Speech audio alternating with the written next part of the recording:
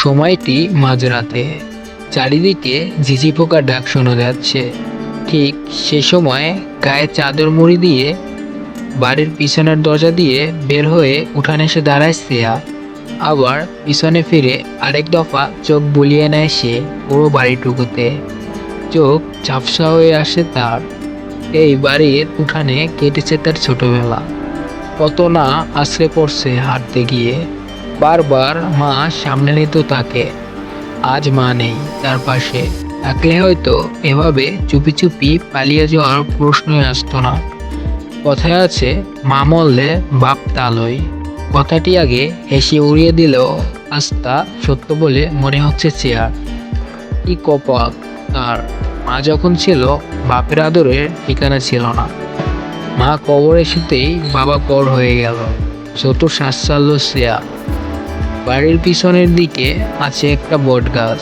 সেই গাছের শক্ত ডালে দুটো মোটা দড়ি দিয়ে বেঁধে দিয়েছিল দোলনা, যা এখন বাতাসে হালকা নড়ছে। কতবার বাবা মায়ের সাথে রাগ করে গাল ফুলিয়ে এখানে বসে কাঁদত সে। মা বাবা রাগ ভাঙানোর জন্য কত কিছুই না করতো। বাবা তখন আদর করে বলতো, কাঁদিস না মা, তোরে এত তাড়াতাড়ি বিয়ে দিব না, সত্যিই দেব না। সিয়া তখন তার ফোকলা দাঁত বের করে খিলখিল করে হেসে দিত। মা তখন পরম আদরে ভাত মাখিয়ে খাইয়ে দিত। খাওয়া শেষে প্লেট উল্টিয়ে দেখিয়ে বলতো, দেখ মা দেখ, তুই সব খেয়েছিস, এখন আমার মা এত বড় হয়ে যাবে। কতই না আদরে ছিল সে। আর আজ আদর করার মতো কেউ নেই। ফোনে প্রাইভেট হওয়ায় ধ্যান ভাঙ্গে চেয়ার। মনটা উঁচু করতে বেশি ওঠে আরিয়ানের নাম। এই একটি ব্যক্তি গত 3 বছর তাকে আগলে রেখেছে। কতই না ভালোবাসে তাকে। একটিবার ফোন রিসিভ না করলে পাগল পাগল হয়ে যায়। ফোনটা রিসিভ করতেই ওপাশ থেকে অস্থিরতার সাথে বলল আরিয়ান, ওই তুমি, কতক্ষণ যাবৎ দাঁড়িয়ে আছি রাস্তার মোড়ে, তাড়াতাড়ি আসো, কেউ দেখে ফেললে আর আস্ত রাখবে না। শ্রেয়া তার চোখের পানি মুছে বলতে লাগে, আসছি আমি। ফোন কেটে সামনের দিকে হাঁটা দেয় শ্রেয়া। আর পিছনে ফিরে তাকায় না সে। তাকালেই আবেগ বাড়বে। আবেগ যে বড্ড খারাপ জিনিস। তাই সে আর ফিরবে না পিছনে। কিছুক্ষণ হাঁটার পর রাস্তার মোড়ে এসে দাঁড়ায় শ্রেয়া। কিছু সামনেই দাঁড়িয়ে আছে আরিয়ান, যে এখন তার বর্তমান আর ভবিষ্যৎ হতে চলছে। আরিয়ান দূর থেকে শ্রেয়াকে দেখতে পায়। আজ প্রায় 6 মাস পর তাকে দেখছে। শ্রেয়াকে দেখে তার মনে ধপ করে উঠে। কি হাল করছে মেয়েটা! তার চোখের নিচে কালি পড়ে গেছে। মুখটাও শুকনো হয়ে ছোট হয়ে গেছে। তার গোলমোলো চেহারাটা কেমন শুকিয়ে গেছে। আরিয়ান শ্রেয়ার কাছে গিয়ে আফসোসের ভঙ্গিতে বলতে লাগে, শ্রেয়া, কি হাল করছো নিজের? এমন দেখাচ্ছে কেন তোমাকে? সাথে সাথে কপালে হাত দিয়ে অস্থির কণ্ঠে বলে ওঠে, তোমার তো অনেক জ্বর, গা পুড়ে যাচ্ছে, কি হয়েছে জান? শ্রেয়া হাসলো আর বলল, অস্থির হলো না, তেমন কিছু না, শুধু হালকা জ্বর। এটাকে তুমি হালকা বলছো? উফ, এত হাইপাই হলো না, চলো তাড়াতাড়ি। চলো, আজকের পর তোমাকে কোনো কষ্টই ছুটে পারবে না আমার জান পাখি। শ্রেয়া হাসলো শুধু, কিছু বলার নেই তার। কারণ এই পাগলটা এমনিতে কতটা ভালোবাসে শ্রেয়া জানে। গাড়ি ছুটে চলল শহরের দিক, গন্তব্য ঢাকা। সেখানেই বিয়ে করে এক হয়ে যাবে তারা। শ্রেয়ার জ্বরটা বাড়ছে। আরিয়ানের বুকে বিড়াল ছানার মতো লেপ্টে আছে। শ্রেয়া আরিয়ানের বুকে মাথা রেখে বাইরের দৃশ্য দেখে যাচ্ছে আর ভাবছে কিছু ঘন্টার আগের কথা। বাড়ি ভর্তি মানুষের সামনে পুতুলের মতো সাজিয়ে বসে রাখা হয়েছিল শ্রেয়াকে। এই নিয়ে 3 বার, যেটি শ্রেয়ার মোটেও পছন্দ না। এটা কেমন কথা? মেয়েদের দেখতে আসবে ছেলেরা, তার সামনে মমির পুতুলের মতো সেজে গুজে বসে থাকতে হবে মেয়েদের। তার উপর ছেলের পছন্দ হলে বিয়ের কথা আগাবে, নয়তো রিজেক্ট করে দিবে। এতে এই মেয়ের মনে কি প্রভাব পড়ে তা কি কখনো তারা ভেবে দেখেছে? হয়তো না। দেখলে কোনো মা তার মেয়েকে এভাবে সাজিয়ে গুছিয়ে আসনে বসাতো না। আর সে আর ফুটো কপাল, তার তো মা নেই, আছে সৎ মা। যে কিছু দূরে দাঁড়িয়ে পান চিবোচ্ছে। ছেলেপক্ষ নানান রকম প্রশ্ন করে চলছে শ্রেয়াকে। শ্রেয়া চুপ করে বসে। কি আর করবে সে? বাবার বয়সী লোককে তার সৎমা ঠিক করে দিয়েছে। সব কথা পাকা করে ফেললেন তার সৎমা রেহেনা। বাবা মতিন চুপটি করে এক কোণে বসে চা খাচ্ছেন। শ্রেয়ার দিকে যেন তার খেয়ালই নেই। আর এই দেখতে আসা লোকটি দাঁত কেলিয়ে হেসে যাচ্ছে। কি নির্লজ্জ মানুষ! লজ্জা বলতে কিছুই নেই।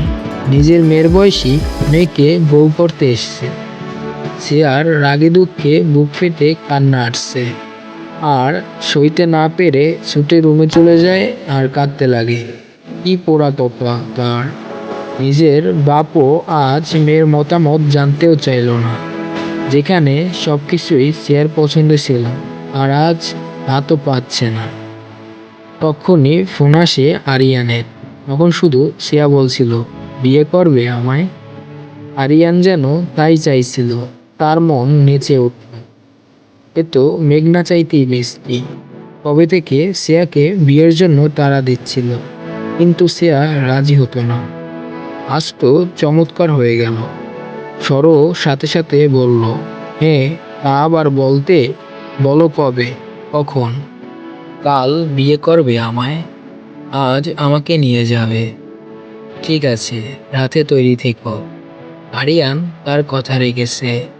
বন্দি খাঁচা থেকে তাকে মুক্ত করছে। আরিয়ান শ্রেয়াকে নিয়ে দাঁড়িয়ে আছে ম্যানেজ রেজিস্ট্রি অফিসের সামনে। শ্রেয়ার বুক ধুকভুক ধুকভুক করছে। হয়তো বিয়ের আগে প্রতিটি মেয়েরই করে। আরিয়ান আর শ্রেয়া ভিতরে ঢুকলো। উকিলের কাছে সব ডকুমেন্টস দিয়ে দিল। আরিয়ান শ্রেয়ার দিকে একটি কাগজ এগিয়ে দিল সাইন করার জন্য। শ্রেয়া সাইন করতে গিয়ে বারবার হাত কাঁপছে, চোখ দিয়ে পানি পড়ছে। হয়তো এমনই হয় সবার। কত অদ্ভুত ব্যাপার! এই একটি কাগজে সাইন করার সাথে সাথে পুরোটা জীবন হয়ে যাবে আরিয়ানের নামে। মেয়েদের ভাগ্যে বিয়ের আগে বাবার নামে, আর বিয়ের পরে বরের নামে। আচ্ছা, আরিয়ান কি বিয়ের পর ঠিক এমনই ভালোবাসবে? মনে হাজারো প্রশ্ন এসে জমা হচ্ছে শ্রেয়ার। তখনই আরিয়ান হালকা ধাক্কা দিয়ে বলল, কি হলো শ্রেয়া? তাড়াতাড়ি করো, আরও মানুষ দাঁড়িয়ে আছে বিয়ের জন্য। শ্রেয়া চোখে পানি মুছে মাথা নাড়িয়ে সাইন করে দেয়। আজ থেকে সে হয়ে যায় মিসেস শ্রেয়া। আর আরিয়ান আরিয়ান শেখ। ছোট শ্বাস ফেলল শ্রেয়া। জানা নেই কেন মনের মাঝে খসখস করছে। মনে হচ্ছে কিছু একটা ঠিক নেই। অথচ যা যেভাবে ভেবেছিল সবই ঠিক আছে। হয়তো সব তার মনের ভুল। আরিয়ান শ্রেয়াকে একটি বাংলো বাড়িতে নিয়ে আসে। বাড়ি দেখে শ্রেয়া শকড। এত বড় বাড়ি! তখন সে প্রশ্ন করে, এটা তোমার বাড়ি? আরিয়ান আমতা আমতা করে বলে, না, এটি বড় ভাইয়ের বাসা। তিনি আপাতত আউট অফ টাইম, আর চাবি আমার কাছে, তাই নিয়ে আসলাম তোমাকে। শ্রেয়া উত্তর দিল, ও। তারপর কিছুক্ষণ চুপ থেকে বলে উঠে, তোমার বাসায় কবে যাবে? আরিয়ান কিছুটা ভড়কে গেল। তারপর নিজেকে সামনে নিয়ে বলল, বাসায় জানাইনি, সব ঠিকঠাক হোক নিয়ে যাব। শ্রেয়া আর কিছু বলল না। আরিয়ান শ্রেয়াকে একটি ঘরে নিয়ে বসালো আর বলল, তুমি ফ্রেশ হয়ে নাও, আমি বাইরে থেকে খাবার আর তোমার মেডিসিন নিয়ে আসছি। দেখি শ্রেয়ার কপালে হাত দিয়ে জ্বরটা এখনো আছে। শ্রেয়া আরিয়ানের হাত সরিয়ে তার দুহাতের মাঝে রেখে বলতে লাগে, আমি ঠিক আছি, চিন্তা করো না, তুমি পাশে থাকলে আমি সুস্থ হয়ে যাব। এতটা ভালোবাসো আমায়, যদি কখনো তোমাকে ধোকা দেই তখন কি করবে? এমন কথায় শ্রেয়ার চোখে মুহূর্তেই পানি চলে আসে। সে কাঁদতে কাঁদতে বলে, এমন কখনো করো না, আমি নিজেকে শেষ করে দিব। আরিয়ানের খারাপ লাগলো। শ্রেয়ার চোখের পানি মুছে দিয়ে কপালে ঠোঁটে ছোট চুমু এঁকে দেয় আর বলতে লাগে, দূর পাগলি, কাঁদে না, আমি আছি তোমার পাশে, এখন রেস্ট নাও, আমি খাবার নিয়ে আসছি। বলে আরিয়ান চলে গেল। কেন জানি আরিয়ানের চলে যাওয়াতে শ্রেয়ার খারাপ লাগছে। মনে হচ্ছে ও আর ফিরবে না। আবার বাজে চিন্তা ভেবে এসব মাথা থেকে জেরে ফেলে ওয়াশরুমের দিকে পা বাড়ায় শ্রেয়া। ফ্রেশ হয়ে এসে খাটে বসে ঘরটি চারদিকে চোখ বুলিয়ে নেয় সে। মনে হচ্ছে যার বাসায় এটি সে লোকটি অতিরিক্ত রুচিশীল সম্পূর্ণ, তার সাথে পরিষ্কারও গোছালো। শরীর আর চলছে না। আর কতদিন শান্তির ঘুম হয়নি, আজ কতদিন শান্তির ঘুম হয়নি। এখন যেন চোখে সারা রাজ্যের ঘুম এসে জড়ো হচ্ছে।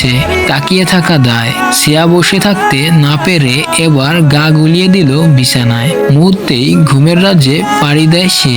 ঘুমের মাঝে হঠাৎ কারো ঠোঁটের স্পর্শ পেয়ে ঘুম ভেঙে যায় শ্রেয়ার। চোখ খুলতেই অন্য কাউকে তার ঠোঁটে ঠোঁট রাখা অবস্থায় পেয়ে সজোরে ধাক্কা মারে। লোকটি বিছানা থেকে ছিটকে নিচে পড়ে যায়। শ্রেয়া ততক্ষণে নিজের শরীরের কাপড় ঠিক করে চেঁচাতে লাগে, আপনি কে? এখানে এই মুহূর্তে আমার স্বামী থাকার কথা। আপনি কে? আপনার সাহস হয় কিভাবে আমাকে ছোঁয়ার? লোকটিকে ধাক্কা দেওয়ায় রাগ উঠে যায় তার, কিন্তু নিজেকে সংযোগ রেখে উঠে বসে। শ্রেয়ার কাছে এসে দুগাল চেপে ধরে বলতে লাগে, আরিশ খানকে ধাক্কা দেওয়ার সাহস কোথা থেকে পেলে? হ্যাঁ, আর আমি তোমার স্বামী। এমন আর কখনো করলে তোমার জন্য খুব একটা ভালো হবে না, বুঝে নিও। শ্রেয়া আরিশের কাছ থেকে নিজেকে ছাড়িয়ে বলতে লাগে, মিথ্যা বলছেন আপনি। আমার আরিয়ান কই? ও আমার স্বামী, ভালোবেসে বিয়ে করছি আমরা, আর আপনি বলছেন আমার স্বামী? ফালতু লোক বলে শ্রেয়া আরিশের কলার টেনে ধরে বলতে লাগে, কি করছেন আমার স্বামীর সাথে বলুন? বলুন বলছি বলে ঠাস করে চর বসিয়ে দেয় আরিশের গালে। আরিশের সাথে সাথে কপালের রগ দাঁড়িয়ে যায়, চোখ মুখ লাল হয়ে যায়। সেও শ্রেয়ার গালে ঠাস করে চর মারে। তার চুলের মুঠি ধরে তার বরাবর দাঁড় করিয়ে হিসিস করে বলতে লাগে, তোর সেই স্বামী বিক্রি করে দিয়েছে তোকে আমার কাছে। তুই হচ্ছিস আমার কেনা বউ, বুঝলি? আজ থেকে আমি তোর স্বামী, তুই মাথায় ঢুকিয়ে নে।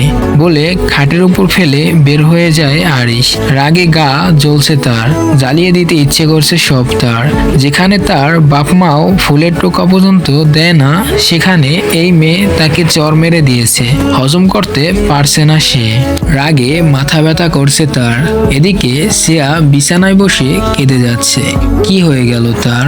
3 বছরের ভালোবাসার জন্য ঘর ছেড়ে পালিয়ে এসেছিল সে, আর সেই মানুষটাই তাকে বিক্রি করে দিল। এ জীবন সে আর রাখবে না। অন্যের কেনাবু হয়ে থাকার চেয়ে মরে যাওয়াও ভালো। সে চোখ মুছে দাঁড়িয়ে ফ্যানের দিকে তাকালো। একটানে শাড়িটা শরীর থেকে খুলে ফোনের সাথে বাজিয়ে নিজের গলায় বেঁধে ঝুলে পড়ল। কিছুক্ষণ ধস্তাধস্তির পর শান্ত হয়ে গেল। তবে কি এখানেই শেষ হয়ে গেল শ্রেয়ার জীবন, নাকি নতুন কিছু অপেক্ষা করছে তার জন্য? দেখতে হলে আমার ইউটিউব চ্যানেলে চোখ রাখুন। আর সম্পূর্ণ ভিডিও দেখার জন্য ধন্যবাদ আপনাদের সবাইকে। ভালো থাকবেন, সুস্থ থাকবেন, আল্লাহ হাফেজ।